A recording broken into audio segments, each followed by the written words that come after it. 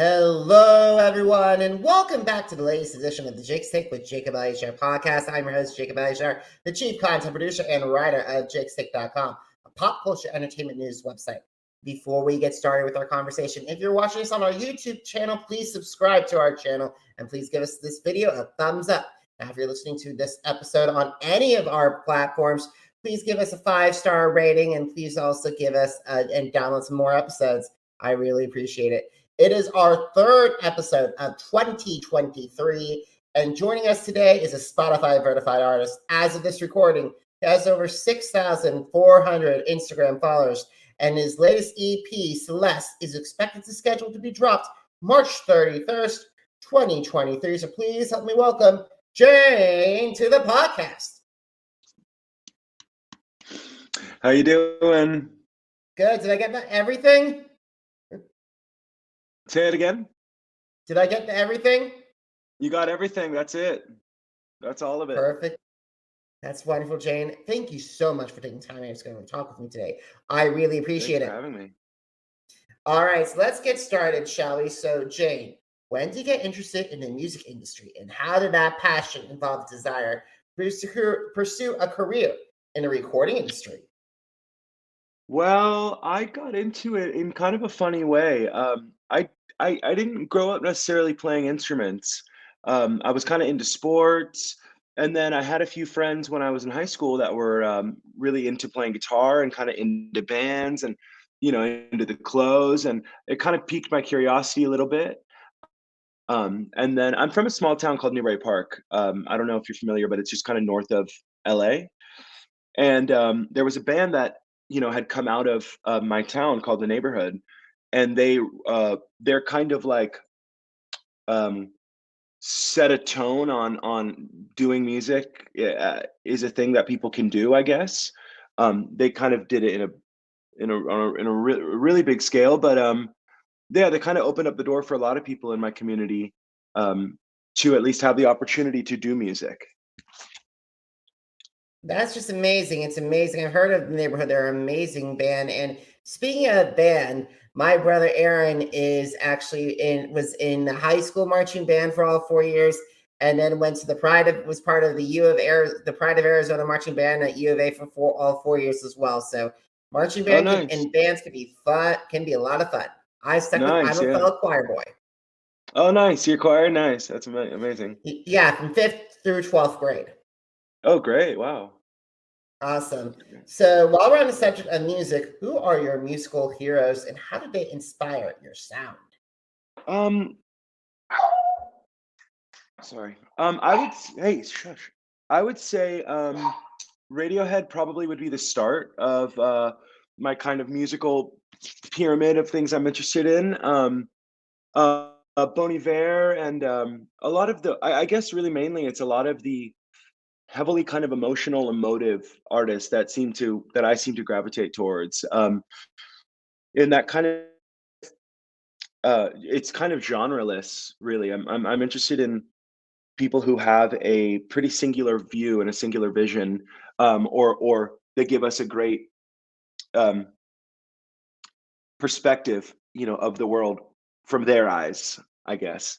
So it probably starts at Radiohead and trickles down into a variety of other things. Jeff Buckley, or currently there's this guy called Tamino I'm really interested in. This artist called Ryex that I really like. I'm really into the Stones, into the Smiths and Oasis. So it does kind of vary. It does, and it definitely seems like our industry, the entertainment industry, especially music, there's a lot of genre-less stuff. Like I know that Billie Eilish populated some of it, and I think Lil Nas X has populated some of it as well.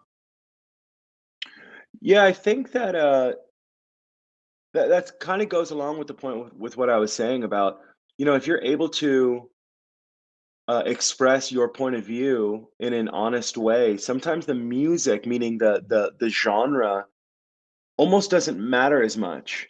If your point of view is consistent, or your language is consistent, the genre kind of, I think, almost becomes irrelevant.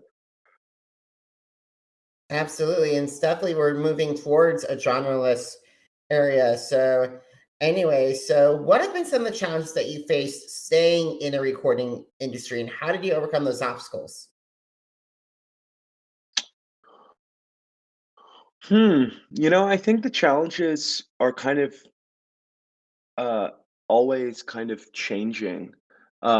It seems for me personally, I think the biggest challenge has been the fact that I grew up so I'm 29. So I grew up kind of at the beginning of this internet thing or this social media thing. Um, the biggest challenge for me personally has been the fact that I wasn't interested in social media when it was starting. So the natural kind of knack to take out your phone or to almost like self promotion or self marketing has become inbuilt in kind of like modern society. Not even a tool that's really taught. It's just kind of ingrained in what how we've been brought up or kind of programmed. Um, so the biggest obstacle for me has been, and it's still a obstacle and still kind of a thing that needs to be nurtured and learned is social media and really kind of adapting to that really being the way the world works. Because in my mind, it's always been like, okay, Instagram's a thing. Well, I can't wait for it to go away, and then it goes back to normal, and then it's TikTok's a thing, and oh man, I can't wait for that to go away, and it gets back to normal. But it's occurred to me that recently, this is normal. Like this isn't going away. You know, so I would say that's been the biggest obstacle. The music part it was always been the fun part, the recording and the writing, and that was always been a beautiful challenge. Um, it's the I think the job is really an influencer who does music, and I haven't really nurtured that part of the job very well. Believe me, there's a lot of different things going on with social media. I remember, I can say as well, like I'm 34, so 5 years younger, and I remember begging my mom for a Facebook account during my Hmm. graduating days of high school, graduating Blue Valley Northwest. Hmm. I remember seeing Twitter get launched while I was a sophomore in college at University of Colorado Boulder. So Hmm. I've been around, and I even started Instagram in 2013. So it's been a long way. We've come a long way with social media.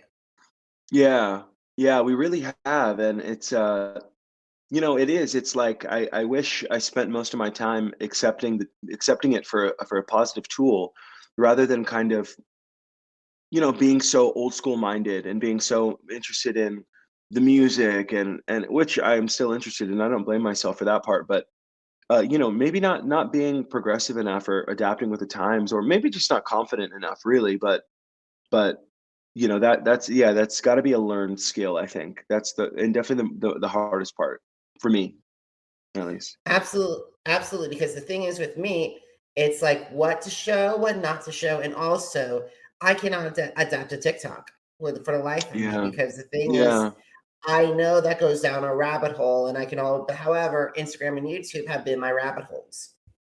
yeah, yeah. It's funny. It's like it technology has done an amazing thing, which has given everyone an opportunity to be seen, and the way culture's kind of moved. What we're all attracted to is it's interesting. Like we just want to see each other's lives. Um, Now, like YouTube being long form and TikTok being like so short form, it's very difficult to figure out where your space is or like find your voice within all these different platforms. Absolutely. I have troubles with getting increasing my YouTube membership as Hmm. well. Getting up Hmm. to that magic number that they need to be considered a YouTube partner. It's tough. Hmm. Hmm. Yeah, it really is. Awesome. So let's move past social media and talk about the music. So I picked Hmm. out some of your songs that are currently based on Spotify. And though for those of you who don't know, Jake's Take is not Spotify is a Spotify. It's on Spotify, but we're not Spotify podcast, sponsored podcast. So Now that we got that out of the way, I picked out 5 of songs and I'd love to learn the stories behind them. Jane. Mhm. All right, so let's talk about Someplace I Don't Know. As of this recording, it has over 10,000 streams. Yes, someplace I don't know.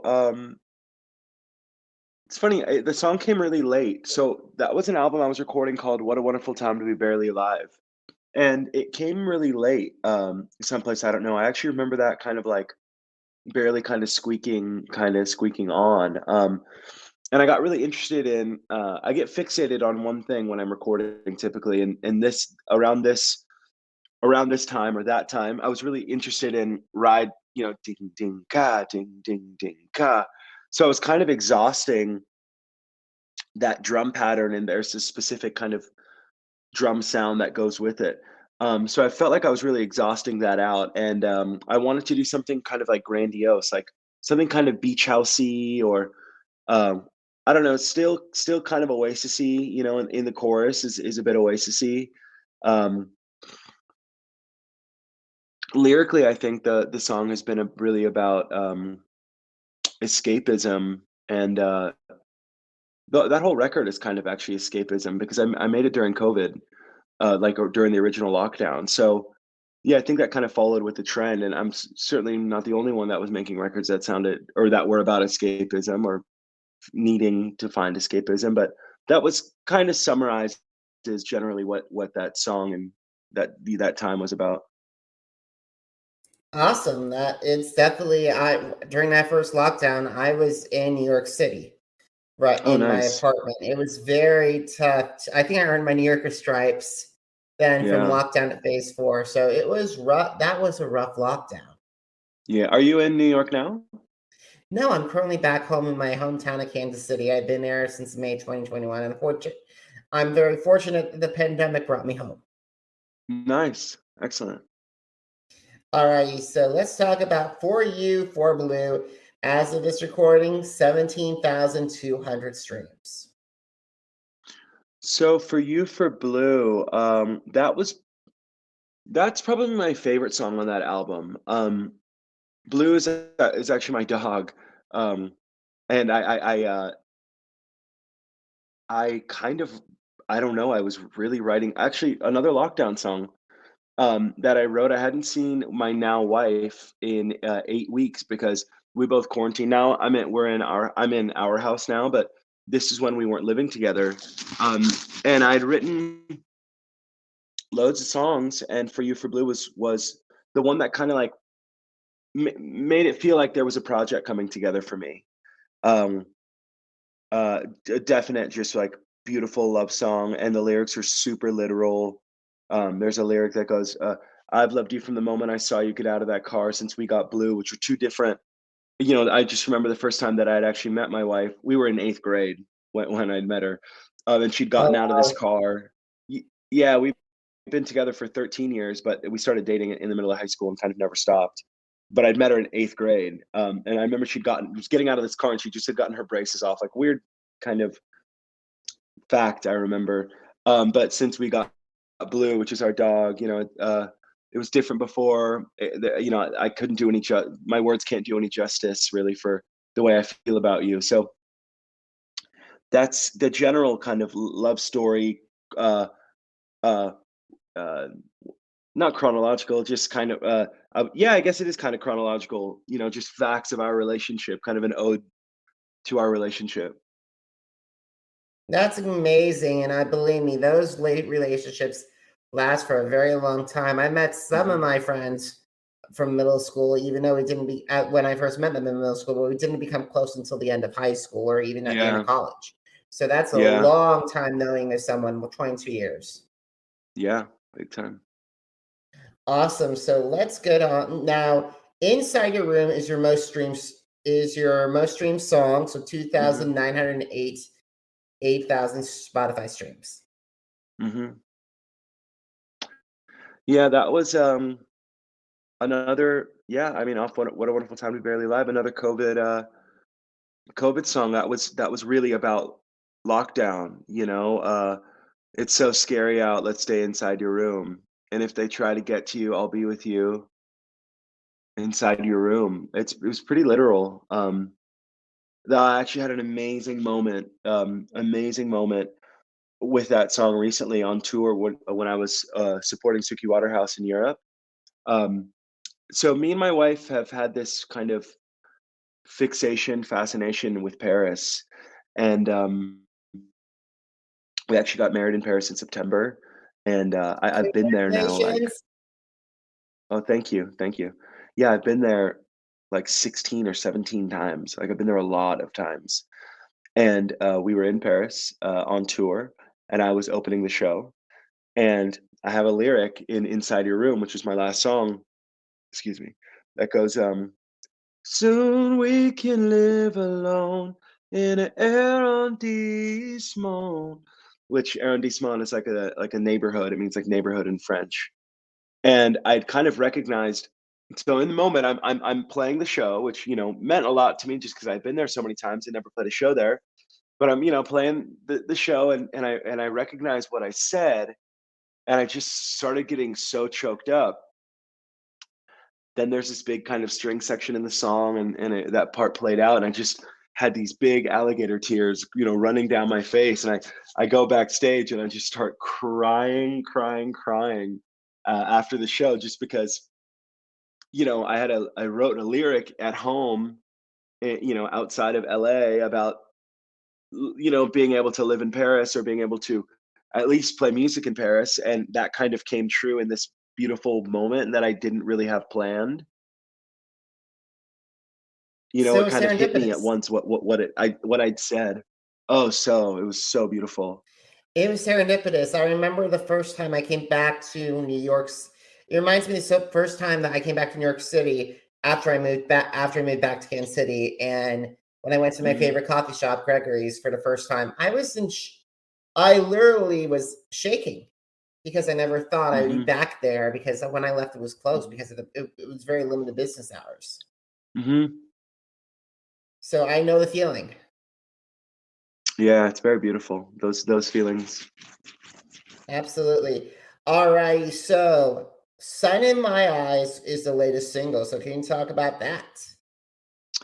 Yeah, "Sun in My Eyes" is a deeply, deeply, almost scary personal song.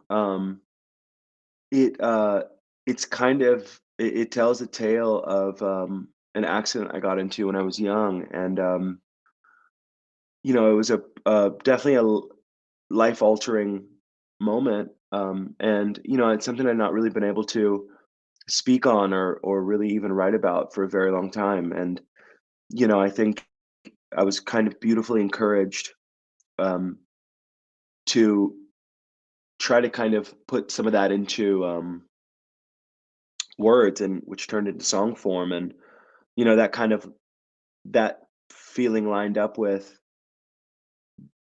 the idea that, like, it's if I'm taking my art more seriously, it's also important to be more vulnerable.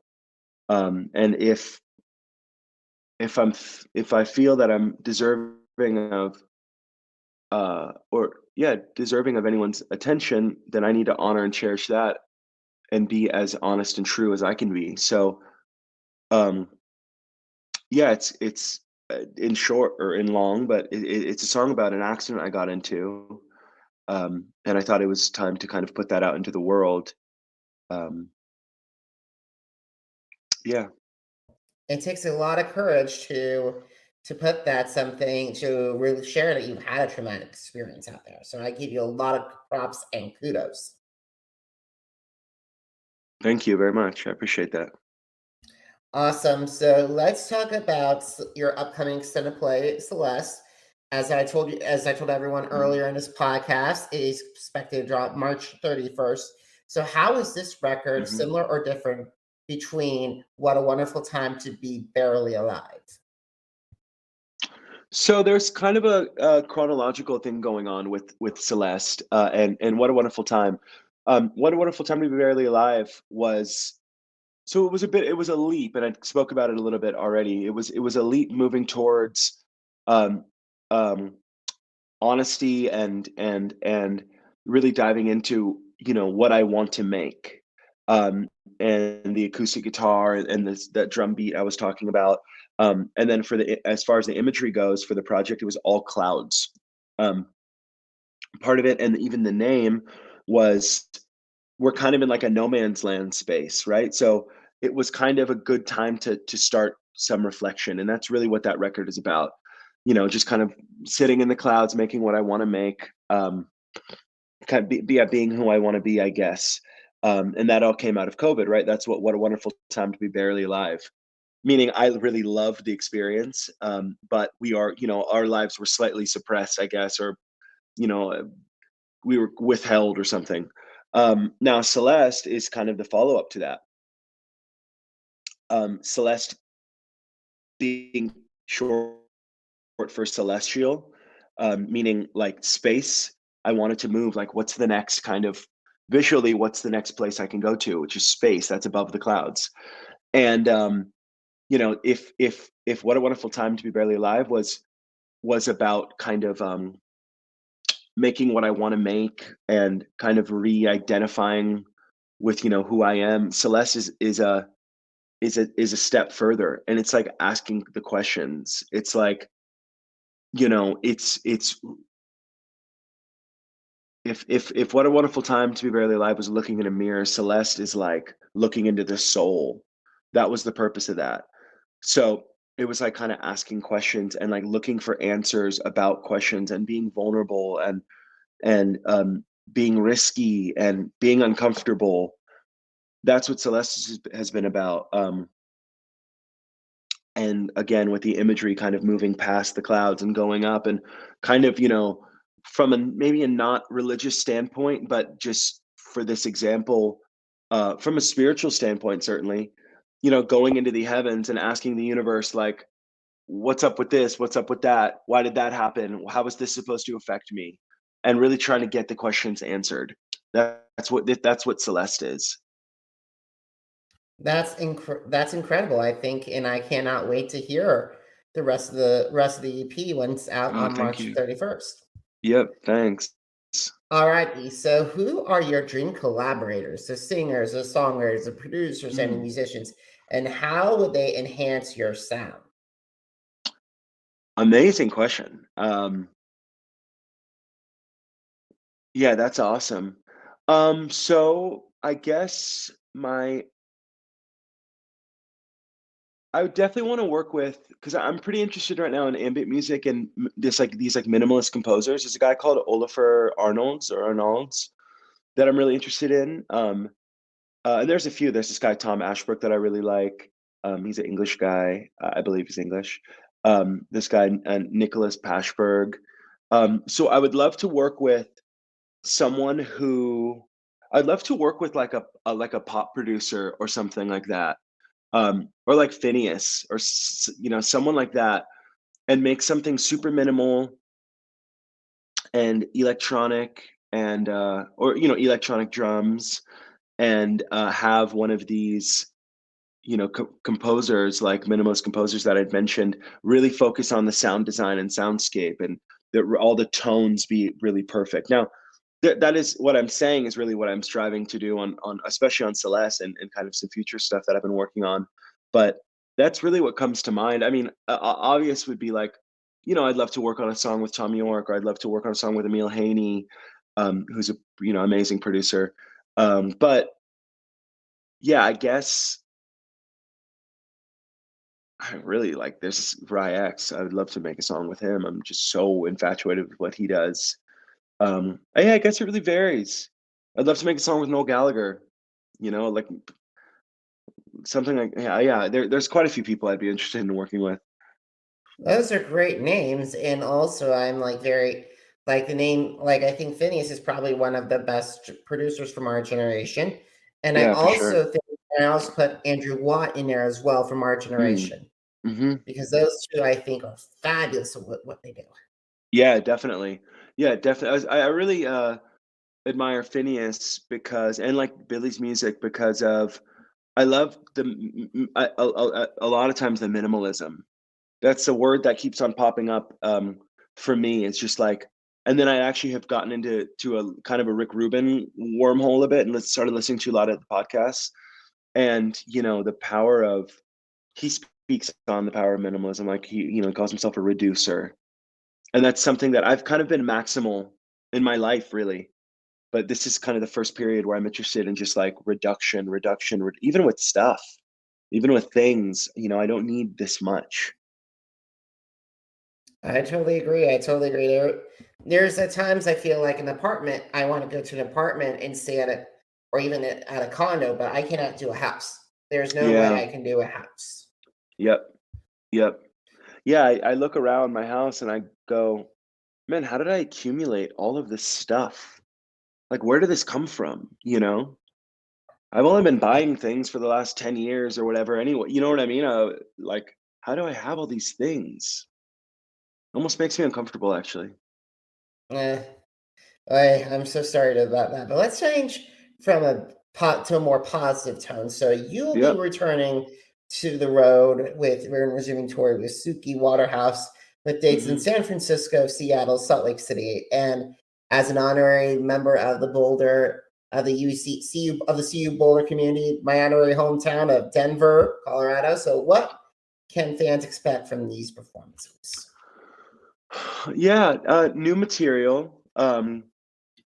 Typically when I tour in kind of two different ways. I'll tour with a band or I'll tour kind of by myself. And this will be by myself. And I kind of put a pretty interesting show on. But they can expect new material and honesty and vulnerability and hopefully a good show. And they will see me twice because I also do play with Suki and her band as well. So, I'll kind of be doing double duty then. That's good. It's always great to do double duty. So, last question, are you ready? Yeah. Where can my audience find your music and where can my audience find you on social? Yep. My Instagram is Jane, Jane. My Twitter is Jane noise, no dot. On Spotify, you could search my artist name as Jane, full stop. And my first album is What a Wonderful Time to Be Barely Alive. Soon you'll be able to see Celeste, March 31st. Um, I think that covers most of the big ones, right? Absolutely, it does. So now it's time for me to do a little self promotion. So, All right. guys, if you missed an episode of the Jake's Take with Jacob Elliott podcast, visit our channels on Apple Podcasts, Deezer, Google Podcasts, iHeartRadio, Podcast Addict, Spotify, and Spreaker. It is the Jake's Take with Jacob Elliott podcast. JACOBELYACHAR. Now, are you on social media? I'm on social media too. Facebook, Instagram, Twitter, and YouTube, Jacob Elliott, JACOBELYACHAR. Now, Jane, get this, jakes-shake.com is celebrating its 12th anniversary this year. So I am very excited that of Jake's Take returning in 2023 with new material. And Excellent. Jane, thank you. Thank you so much. And guys, thank you so much for taking time out of your schedules for watching. Thank you so much for listening. Until next time, everybody, have a great one. Goodbye.